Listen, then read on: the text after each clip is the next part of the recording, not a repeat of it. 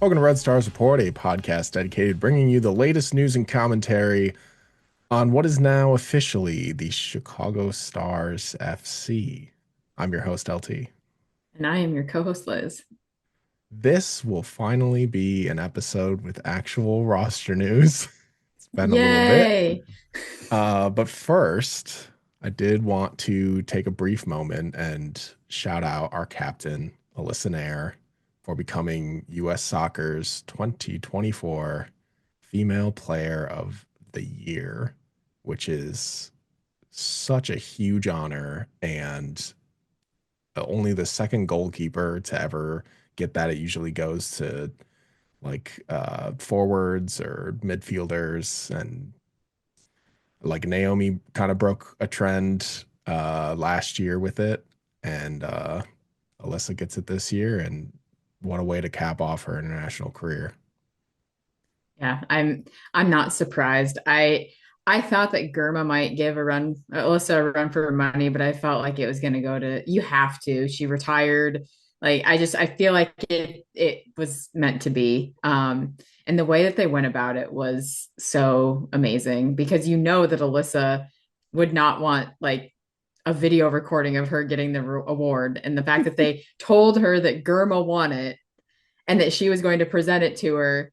And then it was a fake out. So it was Germa saying, "Hey, no, actually, you won it." I loved every minute of it. I thought it was so wholesome. And Alyssa was genuinely surprised. Like she was fully convinced that Germa won it, which you could see why. Germa's fantastic. Like she probably didn't even question it. And Yeah. Germa was so happy to also give her that award. You could tell like it meant a lot to her to be able to give it to her. I don't think that she was at all disappointed that she didn't get it. No, no, no, no, not at all. She did win by just a handful of percentage points over Naomi Gurma, who won it last year. Her breaking that news to her, like you said, was so funny because like the first thing out of Alyssa's mouth was not like, "Oh my God, it was me that won." Like she just was like, "I had a whole thing prepared for you, Naomi. Like I had a whole thing that I was gonna say to present you with this award." Like that was her initial response. And then of course, her response to the media, like in the press releases and stuff, was just to thank and talk about her teammates, which is just classic uncle. She didn't mention herself once. That is who she is. No one more deserving than her. Like she was everything to this team this year from January to December, and she deserved it wholeheartedly. Yeah, I just loved it. I'm sure that they were trying to figure out how are we going to get her to come on here and do this, and like this is what we're gonna do. We got it. And It's I love brilliant it. idea.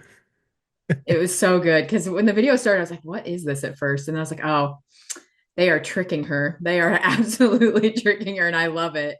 And the reactions and all the smiles and the happiness and all the comments from players, like and just media and fans, everybody's so happy for Alyssa because she deserved it. And as you said, she's only the second keeper behind Hope Solo to win the award. It's they don't get it. Defenders don't really get it. It's typically goal scorers. That's what they go Yeah, for. And I guess Germa actually did score some goals this year, but she didn't get so true.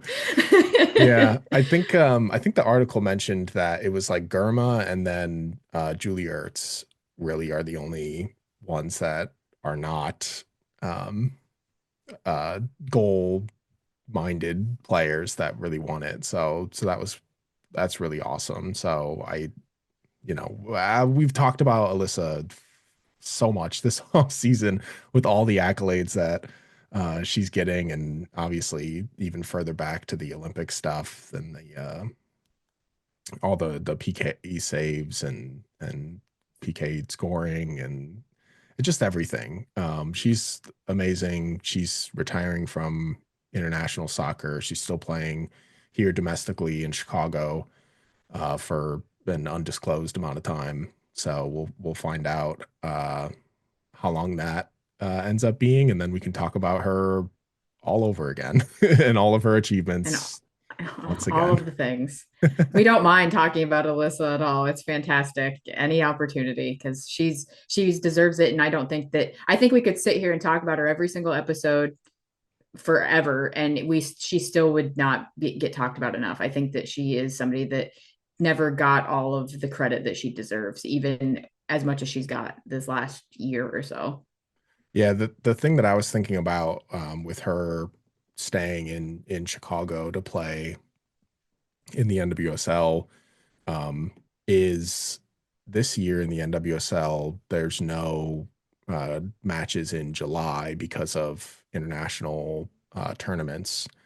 And usually during those international tournaments, Alyssa misses all of those NWSL matches. And even though there's not any regular season matches, there's still like friendlies and stuff. And I'm curious if she'll play in those if Chicago schedules any of them, or will they just let the backups sort of take all of them?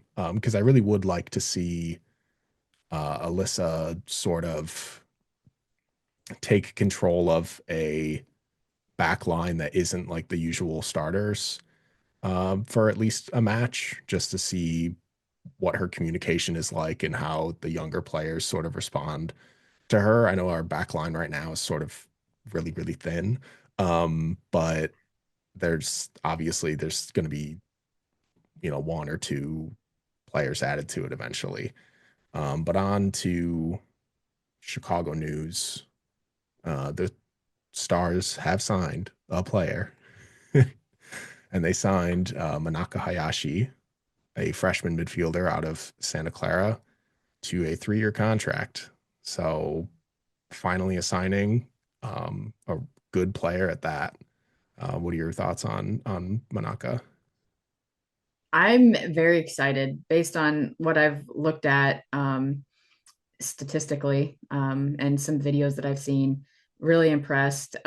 Just has international experience at the youth level, the Japanese program. And that to me just means a lot of ball skill, lots of accurate passing, which is something that we desperately need. And so I'm really excited about that. And I it was a quite because she was a freshman at Santa Clara, and so it's like okay, so 1 year of college and you're done, and here you go. And but that seems to be the theme right now. And again, an international coming over, that's not surprising to leave as a freshman as it would be if it was like an American. I feel like they're more likely to stay in school for a couple more years. So it's because she does have a pretty solid background at the international level. So I'm just excited. But I was kind of surprised at some of the stats that she had from her time at Santa Clara, where she had won 57% of her aerial duels. She's only 5'6", so I'm very curious what that means. Maybe she's very crafty in the or she's just got a huge vertical. Maybe that's what it is. Maybe. But yeah, I like the other stat that really jumped out to me is that she's at 73.6% total successful action. So that just means positive movement on the ball, which is again not surprising for a Japanese player because that just tells me super technical, crafty on the ball, is going to be making the right plays, which means probably head up, looking around options. So I'm really excited. This is a need, and I'm glad that we are signing players and we're making smart moves. And this to me was a very smart move. I agree. And so smart. Put the Japanese flag up. It's there. I already had it because I kind of had hopes that one day we would sign a Japanese player again. I was a big fan of Yuki Nagasato when I first started watching the Red Stars. So I had the flag ready. I knew one day it would happen. One of our assistant coaches is Japanese. I figured he has connections places. I don't know if this was one of them. If anybody knew of those connections, but I knew someday something like that would happen. So I had the flag prepared. It's there. In just for her in general, I believe she goes by Mana from a lot of the stuff that I've seen. Um, I like she was the captain of the U20 Japanese side, and I love leaders. I love captains. Like I love people who captain their collegiate sides. I love people that captained youth sides in any country that they represent. Like we have so many leaders on this team, and we just keep adding more of them. I mean, like Hannah Anderson was a captain, Leilani Nesbitt was a captain.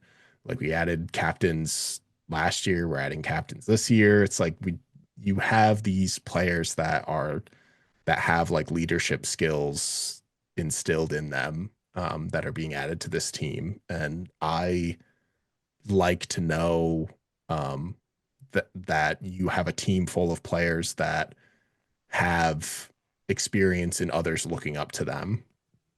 And even though Mana was a freshman at Santa Clara and didn't play that many matches for them, she has so much international experience on the youth level, uh, dating like well back years and years ago. And to even like captain the U20 side that went to the final match of the U20 World Cup. And they were the runner ups there. Like you said, she's a great passer, great line breaker. Her defensive work rate is really impressive as well. Really should be an immediate upgrade to Chicago's midfield in those areas.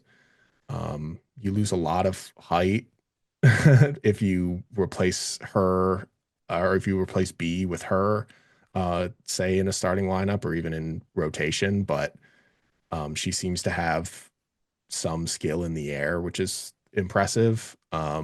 She doesn't really create her own chances in front of goal a lot. Her mind seems to be more so setting up others to succeed offensively and not necessarily creating her own chances. So that's something that Chicago sort of already struggles with. So hopefully she can at least develop in the professional world of actually creating those chances. Because I don't think we need more players on that field that don't create their own chances. But overall, I think this is a great signing. Their first collegiate signing that has happened since the draft got eliminated. Had to get that find the words there. The Um, words. so so that was interesting. I expect more, not necessarily signings, but just like camp invites from a lot of college players. But this is a good start leading into preseason to sign a player to a 3-year contract. I expected it to be like two and an option maybe. I would be worried if it was just like a 1-year option or a 1-year contract, but three seems to be like they have a lot, seems to sound like they have a lot of confidence in her moving forward. So I like upgrades in the midfield. I'm all about it. So this is a great signing to me. Yeah, I totally agree.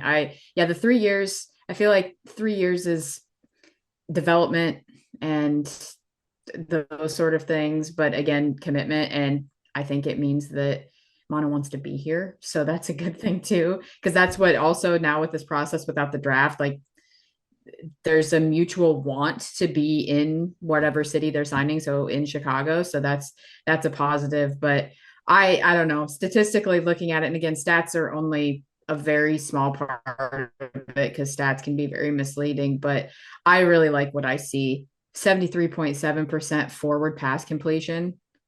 Yes, give that to me on the field, please. 73% completion. And then Forward, not yeah, just forward. Yes, not forward. just lateral movement or anything. You add in the lateral, I'm sure it's more than that. And then the passes in the final third per 90, you're at 72.7%. That's really good. Again, the problem will be based on what you said. And also, like you look at the stats, not somebody that's going to be shooting a ton. That would be something that we want. We want that. I want more outside shooting. I want our midfielders taking shots so our forwards can crash the goal and make things happen. But that can come. But we just needed somebody that is going to have more possession. And I really think that this is the move. Like this is a great move. And I'm super excited about it. And I love having players from different countries because I think that they all bring different styles of play and abilities. And so I'm excited because, as I said, Japan to me, it just screams technical passing. And what does Chicago need? Yeah. I Technical mean, passing ability. think about the time that Yuki was here, in the like Sam Kerr era. Like her passes to Sam Kerr were just like on point every single time. Because that's the way she grew up and learned how to play soccer. Watch Japan in the World Cup last or a couple years ago. It was that I can't remember who they were playing in that match where they just kept a back five. Was it Spain? Yeah, it was Spain. Yeah, And they they beat Spain. yeah, and they just kept like a back five line, and they would move in such synchronicity with each other up and down the field, um, to try to defend Spain. And every single time they got the ball back, they just had the lanes open up the field to get players on breakaways, and it was just so beautiful to watch, soccer like that in just such a um, smart way to play the sport. And Mana seems like a very smart player, and I'm all about it. Yeah, the way Japan passes is just that's what you notice about them when you watch them play. Like they know where their teammate is going to be and they know where to put the ball where they can be they frustrate the crap out of the teams that play them because they're running all over the place trying to jump passing lanes, and Japanese players just know where to put the ball that only their teammate can get to it. So I feel like that's what we're going to get, and I love it. And it's a signing. So that's the other thing too, just in general. I feel like there was a lot of panic. I don't, maybe not panic's the right word, but a lot Shouldn't of be. concern. Concern was the word that we weren't signing people and we weren't doing this. The thing is we have a good solid roster right now. So we're not going to make a ton of moves unless we're Yeah. trading. So we are looking for needs, and I feel like we found a very solid player that is going to fit the need that the team has, and that's struggles in the midfield. Yeah, at the beginning of the off season, Chicago had, I think, 20 rostered players, and that leaves 6 spots to fill in the off season. And usually a team doesn't go into preseason with all 26 spots open. I believe last season we went in, I think we had 24 or 25 players contracted. Um, and then we signed a couple of NRIs, I think Ali Cook and Nadia Gomes. So when you look at the roster at the beginning of this offseason, you have 20 players contracted.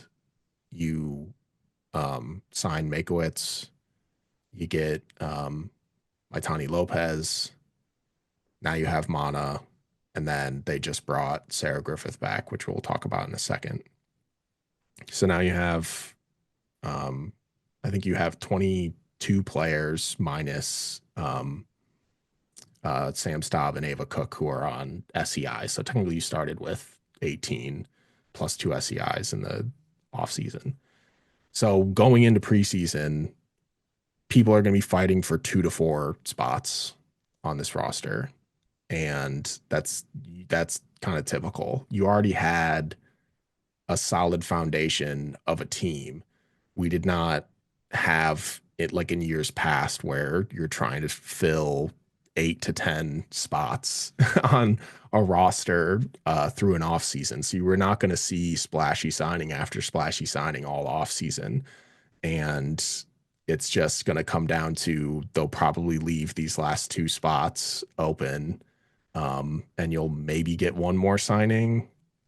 If not, you'll see a bunch of people come into camp to fight for 2 spots, or fight for 4 spots, and then 2 people will go when Sam and Ava ultimately come back. So there'll be a lot of mixing going on, but there'll be more people coming into this club. It's not like this is the one and only thing that happened in the offseason. Like I said, we also got my Tani Lopez and then we got a third goalkeeper. Um, and you don't know if a player like that will become the goalkeeper of the future. You have no idea. So don't don't get too down on a third goalkeeper signing because they could end up being someone somewhere. You never know. And that's the thing. I know people want signings, but you want to leave spots open because what if somebody comes in as an NRI and blows you away? Exactly. And then you're like, I don't have a spot, or I'm going to have to cut somebody, which their contract is guaranteed. And then you've got to pay it out. So, like, you want those spots open so that you can go through camp and have people actually want to come because now they might be like, they don't have any spots. Why do I want to go there? I don't have a good opportunity. And so they're going to want to go to places where they actually have a shot at making a roster. So, I'm hoping that we get some good NRIs coming into camp and that we can get a couple of signings or maybe some free agents, depending on however it falls. Maybe the NRIs don't pan out and it's somebody that's free agent or who knows. But overall, I think that it's very unwise to go into camp with a full roster signed already because I then you're agree. not even giving yourself any opportunity to make any changes or find a Bethany Balser, so to say, in your camp, somebody that didn't sign. Tatum Milazzo. Uh, Tatum Milazzo, like those sort of players, like you're not going to find those players. You don't give yourself the opportunity to find those players. So I'm excited. I'm looking forward to it. And let's just go. I'm ready for season to start at this point. Like I'm so amped up at this point because it's like all these signings are happening on all the teams, and it's just getting me ready to go for some games. I'm like, let's see all these players. I want to see Mana play. I want to see Yeah. how my Tani Lopez plays and the Chicago, what system we're going to play, all of those things. So I'm just excited. Yeah, me too. Yeah, in other news, like I mentioned earlier, Sarah Griffith has re-signed with the Stars on a short-term contract through June, which is the start of the international transfer window, as well as the moment that free agents can sign with teams for 2026. So I don't think the timing there, the length of the contract is a coincidence. I think that's very intentional to sort of have Sarah come in. If she can prove herself in training and find minutes, then she can prove to the club that she should be signed for longer. If not, she'll have the opportunity at the beginning of July to go somewhere else. So I think that was them saving themselves cash while also giving Sarah the opportunity to continue to grow with Chicago. So I'm happy that Sarah's back. I've always been a huge fan of Sarah Griffith. When they drafted her, I was really happy because she was a star collegiate athlete at Purdue. Set a bunch of records there in goal scoring and other offensive stats. She's from Illinois, which is always big for me. I love at least having one native Illinois player on the club. So we've talked about that before. I think we have two currently with her and Cam. If I'm forgetting somebody, then let me know. But she's always been sort of underutilized the last couple of years in Chicago with the system that they play, and was much more effective her rookie season in the league. So we'll kind of see what Sarah can find this season. Hopefully, she can prove herself in training and find some more minutes.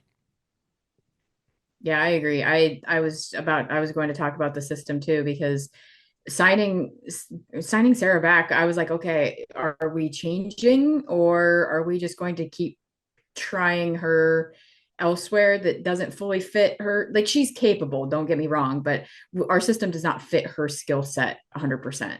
Yeah, And so I'm curious to see what that means. I also am wondering about the contract. Like, I don't think it's a coincidence either when the length of it.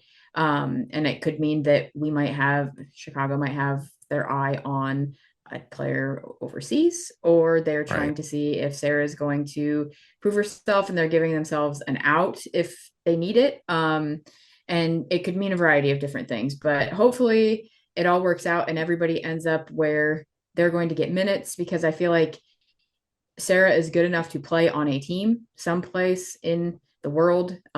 She's good enough. So hopefully it's Chicago. Hopefully she can find her place. And but if not, I'm hoping that this will give her an opportunity to go play somewhere else if it doesn't work.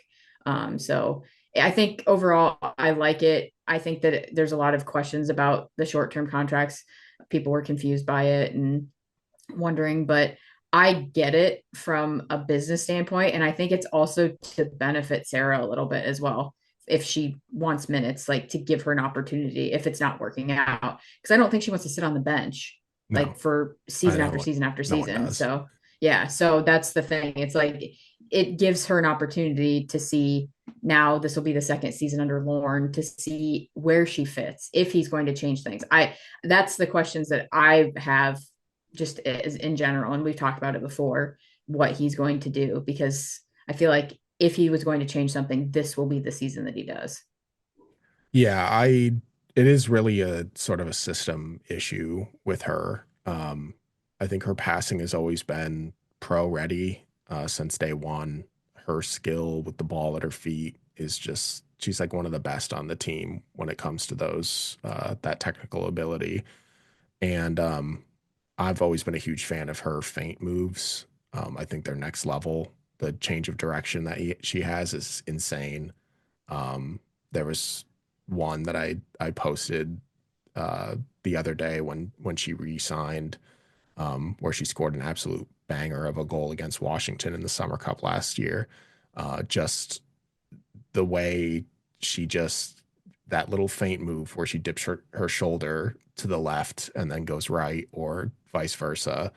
Um, in that game, she just went left, actually went right. The change of direction was super quick to gain separation from the defender and just put an absolute rocket towards goal. And it's fantastic. And you like just even in those like few seconds, you can see the kind of player that she is and can become. So I think the system has kind of always failed her for her style. She's more of an attacking midfielder or a left winger, and she's not going to play left wing on this roster with Mal there. And I think she would be better off in a different system here or elsewhere. I would love to see her continue her career actually getting minutes and actually starting somewhere else, if not in Chicago, if they can find a place for her. Because right now she doesn't fit as a midfielder on this team in the current system, and she doesn't fit as a starter in the forward line. Oh yeah, we do love that we have the Queen of Newcastle back for at least a short amount of time, if not for the whole season at least. So I mean, yeah, go watch her in Australia. She was that's the kind of that's the kind of system that Sarah needs to play in. What she was playing that on that left wing and attacking midfield in Australia. She was awesome. those were such good times watching the A League. That was so fun. Those days are over. I mean, I tried No, last I mean night, like but what? I No, watching failed. the A League is still in it. I just Yes, mean yes. Americans playing in the A League. That those days are over because the CBA and stuff actually gives players a lot more money and protection stateside, so they don't have to go do those things in the off season anymore. Which we love, but I also loved watching them play Yep. over there. It was really fun. It So made me a fan of American players that I had never paid attention to before. And I that's what I loved so much about it. And it was also just really fun to watch someone from Chicago go over there and just be an absolute menace. That was very fun to even just garner the name Queen of Newcastle. So and they funny to me. mentioned the Red Stars every single game They when she did. was out there. They did. The Star American, as they called Yes. her. I loved it. Loved So it. It was good. so much fun. That was, yeah. And then she was the queen of Queen Newcastle. of Newcastle. So I kind of wanted to just talk about the roster um, as a whole moving forward on this episode. Like I mentioned before, currently we have 22 players under contract plus two contracted players who are season-ending injuries, Sam and Ava. So 24 total players, 26 is the max roster size when you combine it with senior and supplemental contracts. But we have yet to have a supplemental contract in the era of that combination for rosters. We have Sarah, as we mentioned, signed until June, and then Nadia Gomes is signed through March. Was it 15th or something like that? Um, Let me look. Yeah, March. So her contract will end near the end of camp, which I assume is very much a play to just open up a roster spot at the end of camp. If she doesn't fill it, they can fill it with someone else and not have to pay Nadia um, to buy her out of her contract or buy anybody out of their contract for that matter.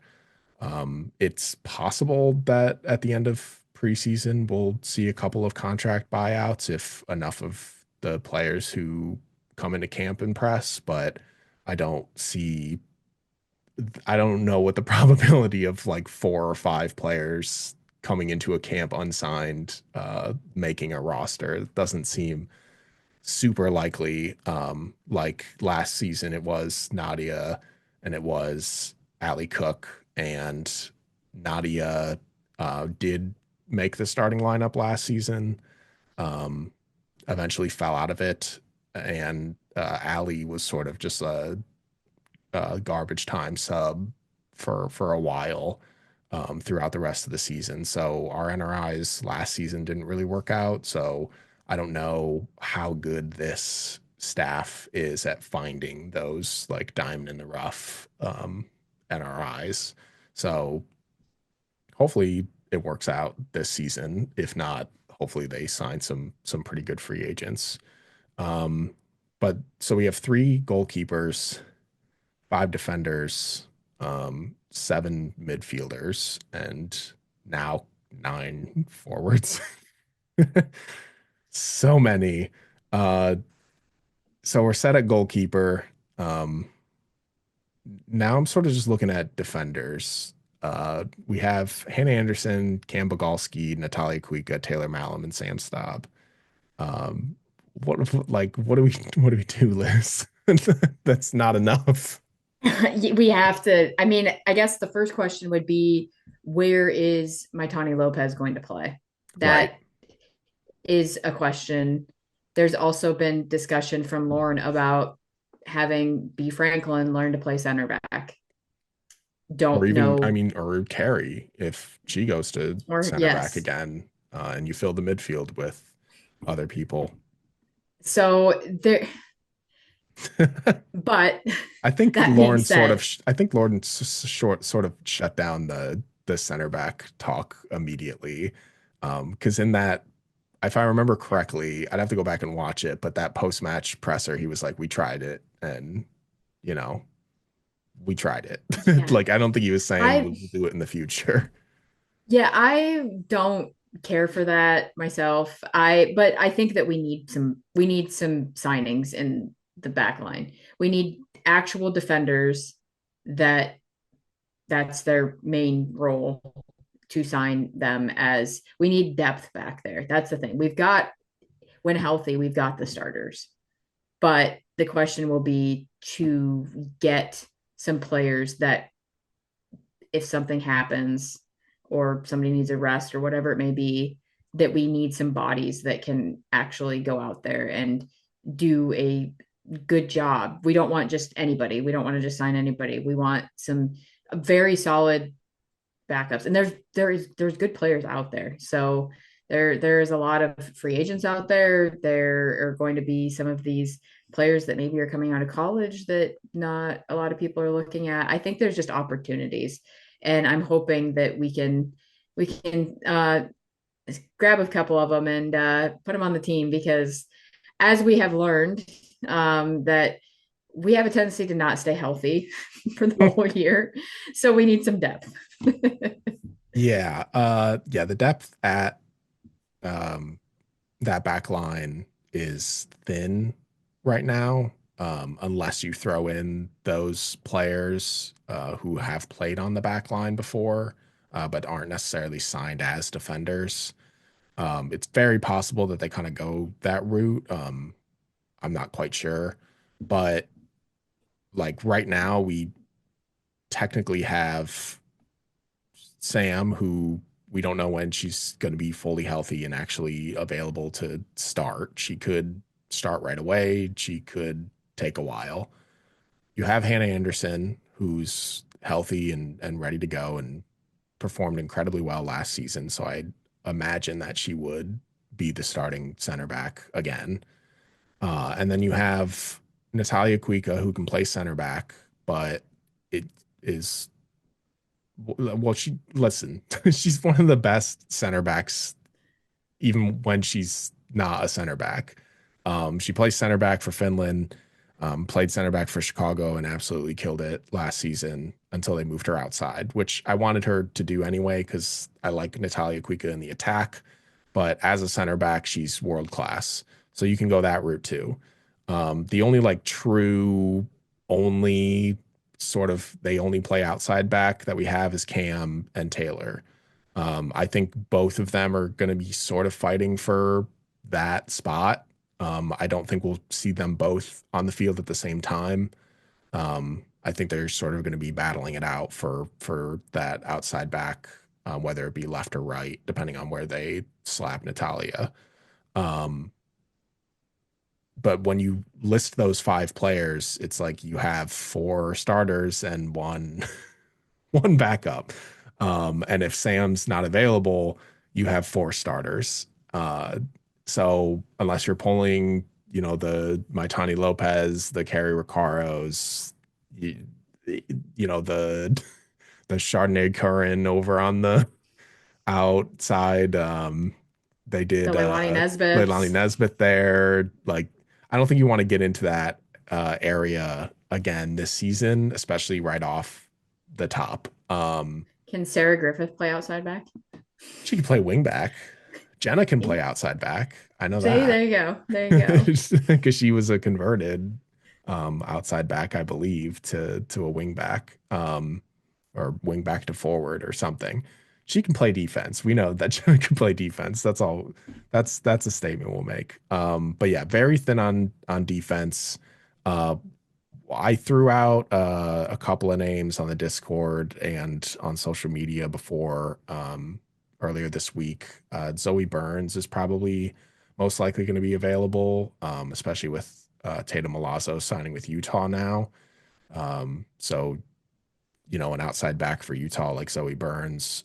She didn't play like I would like stand out, like eyes open, like, wow, this is an incredible player. Let's go get her. But she's not a bad defender at all. I think she's one of the better defenders that are available, especially one who's not, um, you know, up in age and maybe retiring soon. And then the name that I threw out there that is sounds funny is is Julia Grosso, who is a different Julia Grosso, um, an American player, played in Australia for a while, top defender in Australia on the top team in Australia, came to back to the U.S. and I don't think she ever played a single minute with Utah, which was odd to me. So for jokes, I would say let's sign Julia Grosso, but also she's a good defender, so why not sort of go that route anyway? Um, I think she's impressive in many aspects of her defense.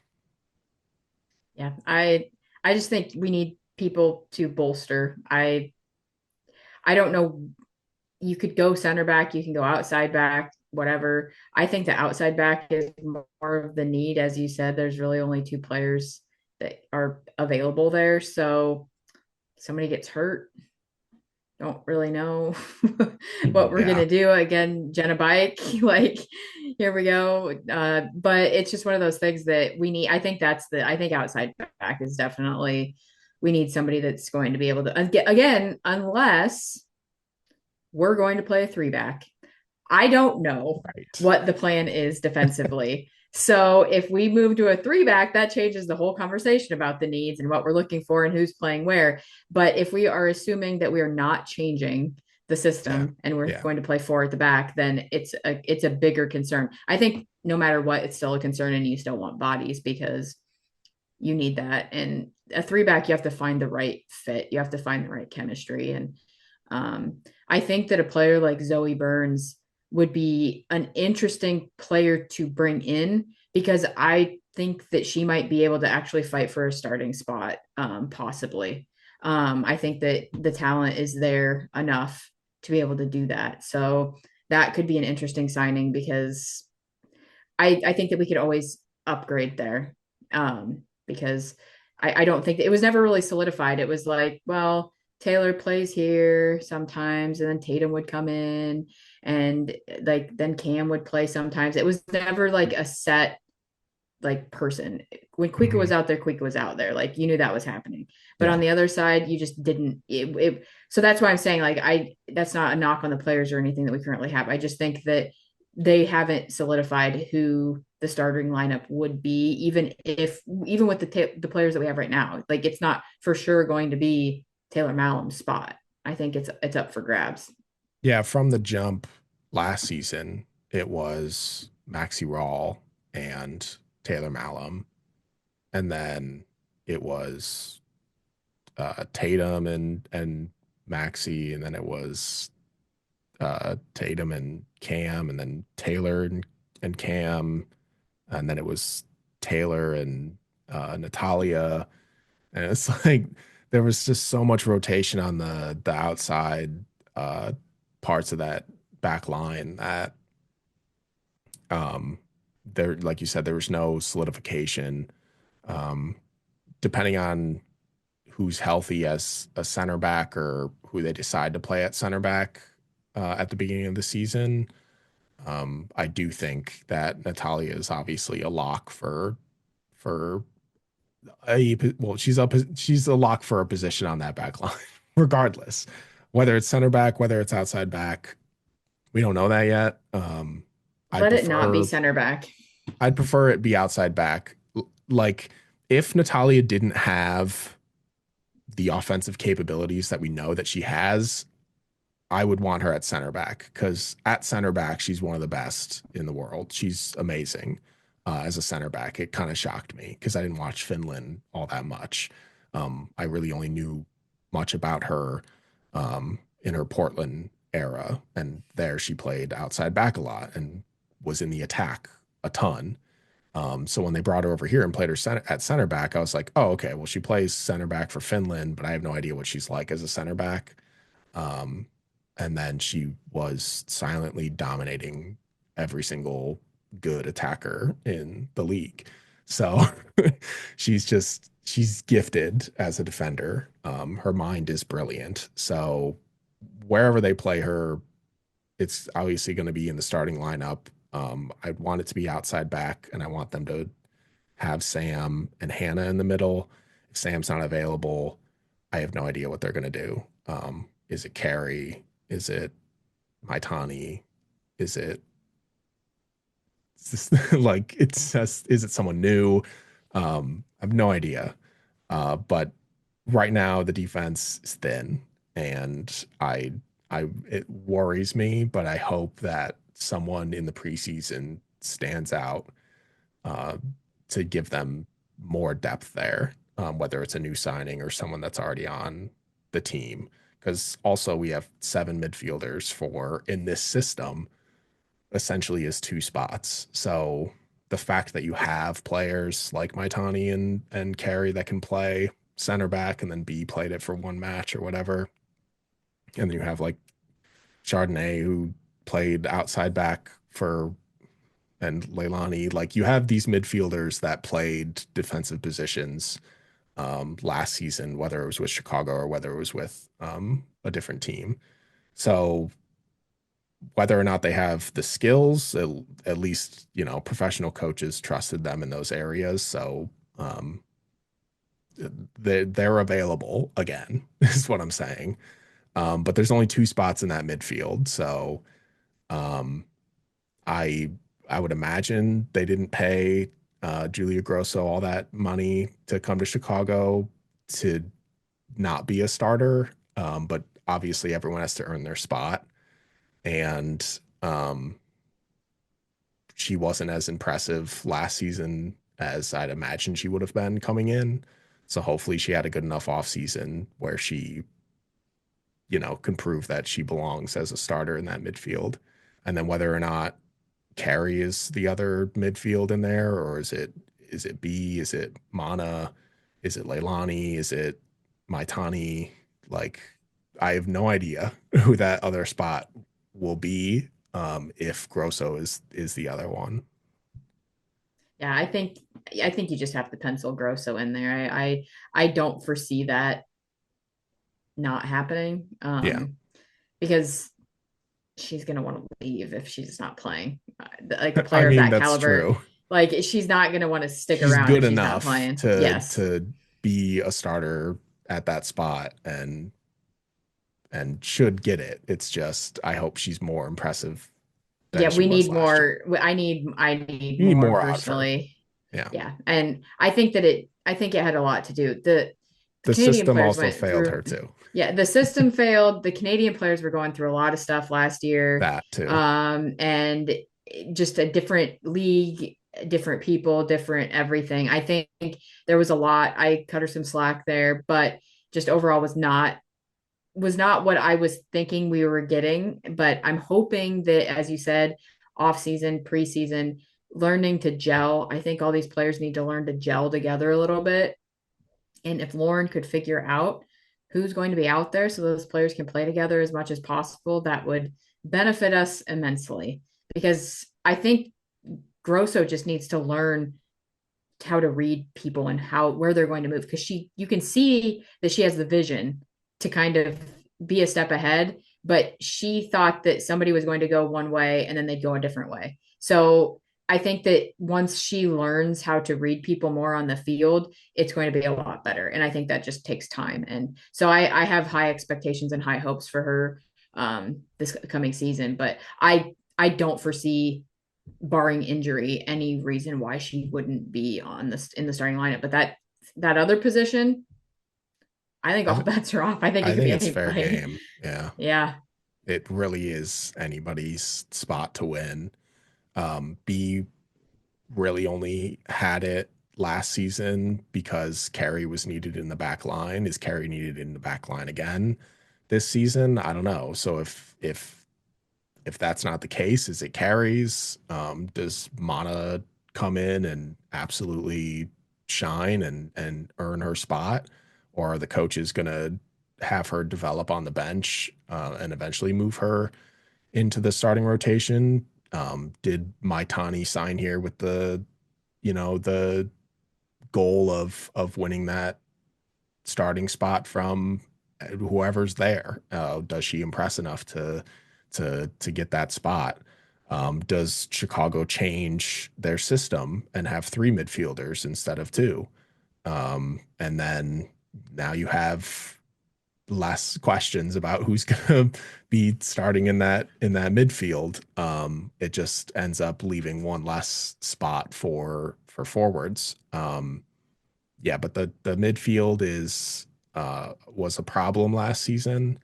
I think this offseason they've done a good job by bringing in Maitani and Mana to sort of um, build up assurances that the midfield is being looked at. The midfield was a bigger problem earlier last season, and the hope was that when they signed Julia Grosso, things would get better. I think they sort of just, I mean, like at times it was better, but it didn't help that Sam went down and that Carey had to move to the back line, and then B being a rookie. It's just like there was just so much happening last season. The Chicago's biggest problem was consistent starting 11s and consistent with players playing together to learn each other, as you mentioned.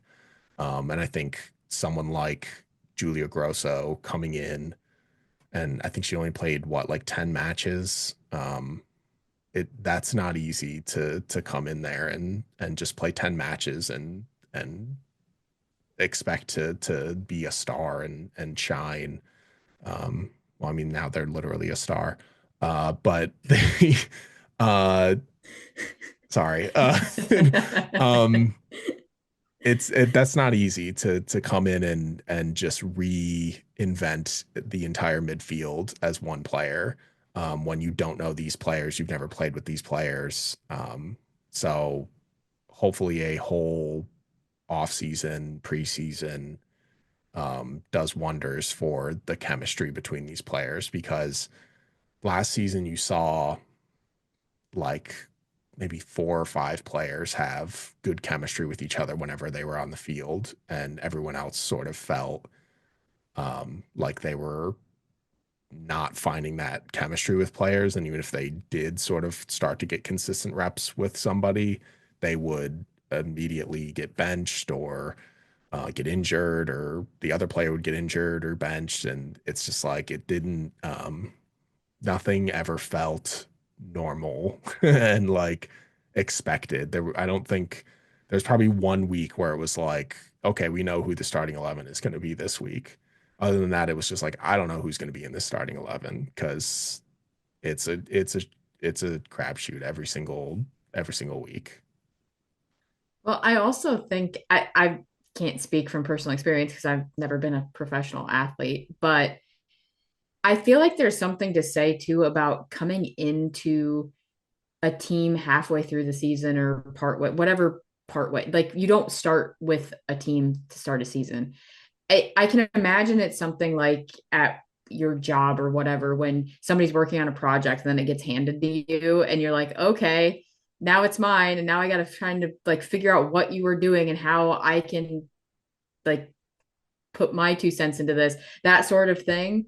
And I feel like that would be really hard because you don't want to go in there and be like, so this is what I bring to the table and this is what we're going to do because you don't know how to interact even really with these players and like what they have, who's got relationships with who and who's, like just I think feeling all of that out has to be really challenging, even though they're all professionals. And I'm not saying it's like drama or anything. I just think it's hard for players to get a rhythm, especially on a team that struggles with rhythm on already. And so I am hoping that even like Ludmila, you run in with to the same thing, came in partway through a season and you're just trying to jump in and do what you can with what you have figured out and then in the off season try and figure it out even more. And so I'm hoping that we can have a little bit more cohesiveness as a unit this next season.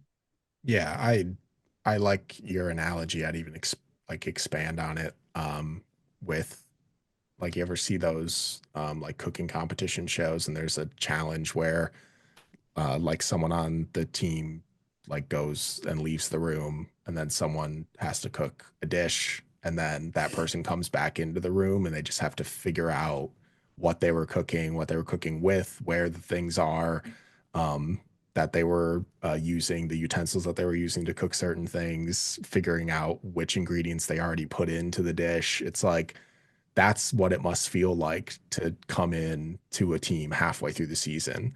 It's like you come in, you're just like, there's already all these relationships established. There's already a system in place, and I have to get to know these people. I have to learn this system, and the season's over in 10 games. Like it's not, that's not easy. And it was the same way with Ludmila. And we even saw her sort of have a lack of chemistry with players.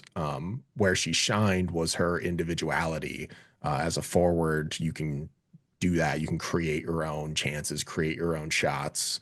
And she really did have a lot of like just like brute force, like I'm going to do this and I'm going to score moments. And that's where she could shine.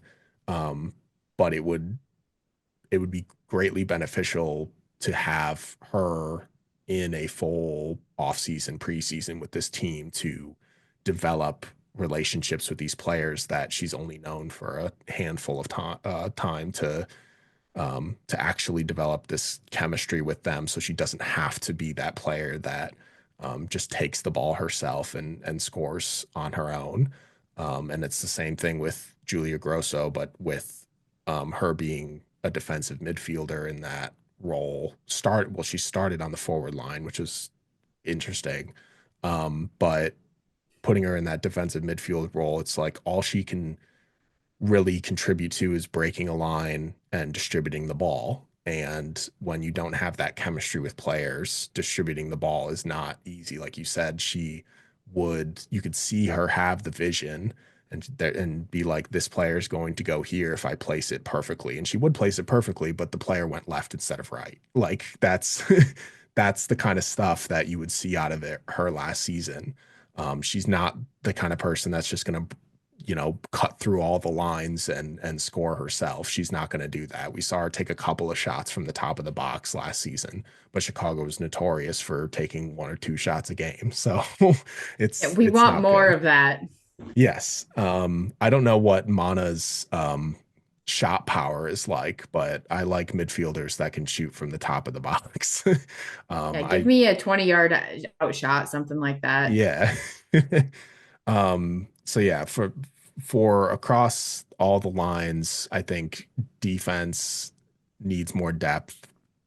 Midfield really needs to sort of work itself out and battle for who's going to get those spots. And then I honestly think the forward line is the most solvable puzzle right now. Well, It's it's pretty kind of obvious. already set-ish. Like you know who's going to be out there, and then it's going to be who's going to earn the minutes on the backside.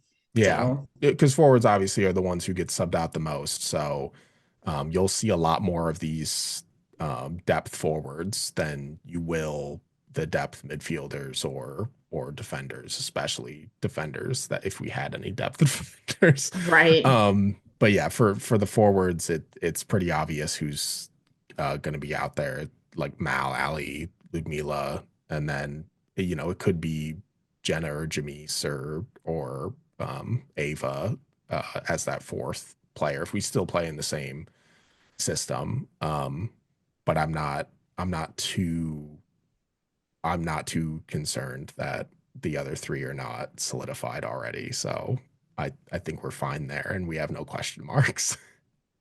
no, we don't. Yeah, I'm good. I'm curious to see second keeper. I'm curious to see who if there's going to be a little bit of a battle there.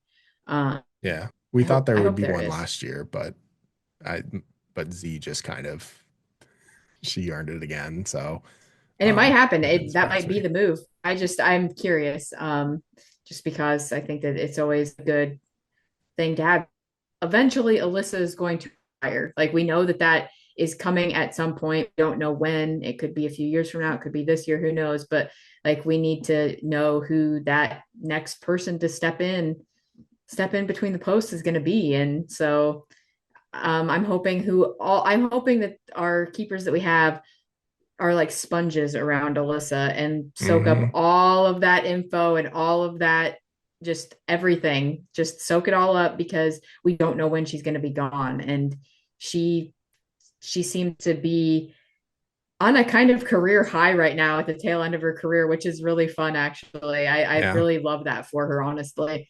She is at the peak of her career. It's like I mean, I'm all for her retiring at the top of her career internationally. I wish professional athletes would do that more. I know it's hard to let go of the game, but when you've achieved what you've achieved, sometimes it's best to not have that downfall and sort of go through that. We've seen, star athletes actually go through that many, many times.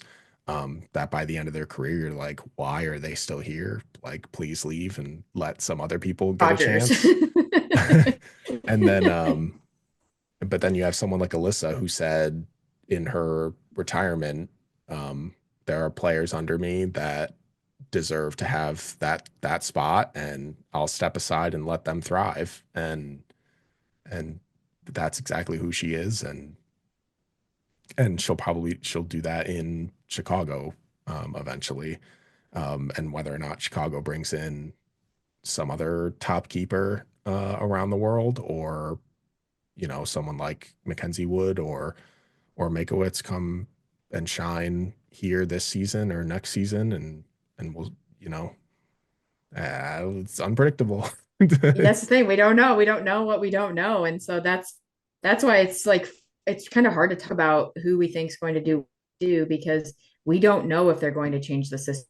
If they do change the system, that's going to change a lot of things in the lineup because well, depending on what they change, if they change field, if they change defenders, it is all is going to change who's going to be in or out. And I'm just hoping that we can get healthy before the season starts. Me too. Not even just preseason. Like I just want to be healthy, have I don't know. I Achilles injuries are nasty. So I don't know.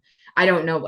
We obviously haven't been given an update or anything on like other than what Staub has posted, but doesn't tell you anything really other than Right. oh hey she's jogging or hey she's doing this or she's jumping off cliffs and things. But like it doesn't tell you where she's at with like touches on the ball and things like that. And so we just don't know. But I'm hoping that progress it looks like that she's had. If she's not ready to go at the start of the season, it would be sometime early at the start of the season because I see Sam Staub back on the field. I want to see it. It was such a joy last year to have her on the team, and I want to see it again because it was. I'm just so glad we have her. I just have to say that again. I'm just so Yeah. glad for her. She was a difference maker, and I've added her kit to Yes. my background. I also added Mal's Oh, U.S. Women's Mal. National Team kit, and then I have all of my kits that I've collected throughout the years, It's just it's hanging there. so There's impressive. there's a lot. there's more to come. I'm jealous. I mean, that's the thing that who knows who we're gonna get. You're Yeah. gonna. And like you said Oh, before we started recording, that could, I mean, that'll stay Staub, and then maybe someday that'll also be Staub, U.S. could be Women's Stav National Team kit. US. I think it could happen. Speaking I of, would love it. hopefully Jamise Joseph is currently futures camp, so I'm hoping that that's going well. Seems like Emma is really putting them through all of it, and Yeah. they're getting good learning experiences. So I'm hoping that Jamise comes back and is ready. She'll be ready to go for preseason for sure. Oh yeah, absolutely. Um, She'll be fit and ready. So that's nice to know. oh yeah, I'm so happy for. So I'm just excited. All this talk just makes me want the season to start. Yeah. Hey, me too. This off season has been so short, uh, as it Yeah. usually is. And I'm ready for some soccer. We'll wrap things up for this week with that. Make sure that you're subscribed to us across all of the podcast platforms and YouTube. If you're watching on YouTube, leave a like. Helps us find other Chicago fans, so we can get content to them. Follow us on social media at Red Stars Report to keep up with the latest news between episodes. Join our Discord, amazing community. Next time you see us, the Stars will be starting preseason. So buckle up, people. Soccer's back. I'm ready. Go. We'll see you next week for another Red Stars Report.